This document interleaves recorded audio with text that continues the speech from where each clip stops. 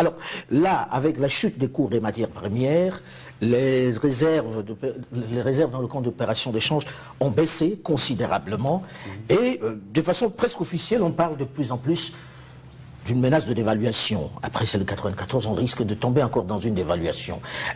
Est-ce que c'est nécessaire aujourd'hui, monsieur le gouverneur? Est-ce que ce n'est pas une menace encore, une façon de fragiliser les économies de cette région? Vous savez, si vous demandez à un gouverneur de banque centrale de vous dire s'il va avoir une dévaluation ou pas, je suis sûr que vous n'attendez pas à une réponse. Ça c'est clair.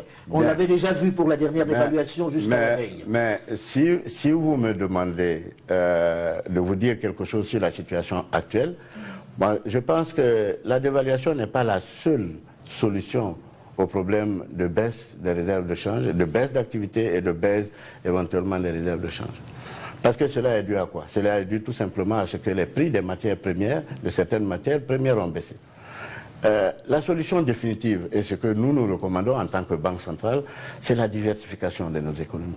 Mais on dit ça depuis longtemps, on ne voit pas ça se diversifier. Oui, ça se diversifie, mais ça prend peut-être du temps. Vous savez, pour dire que je construis une usine pour traiter sur place un certain nombre de produits, ça suppose que vous ayez les moyens de construire cette usine. Si un privé ne vient pas construire, ça veut dire que vous avez les marchés que vous pouvez conquérir. Ça veut dire qu'il y a beaucoup de choses.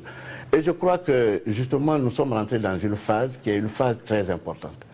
Cette phase où pratiquement tous les pays ont mis en place des plans de développement nationaux qui ont été soutenus par toute la communauté internationale, avec même des appuis budgétaires et des appuis financiers. Je crois que c'est le moment de s'intéresser à ça. Alors faut-il ou non dévaluer? Et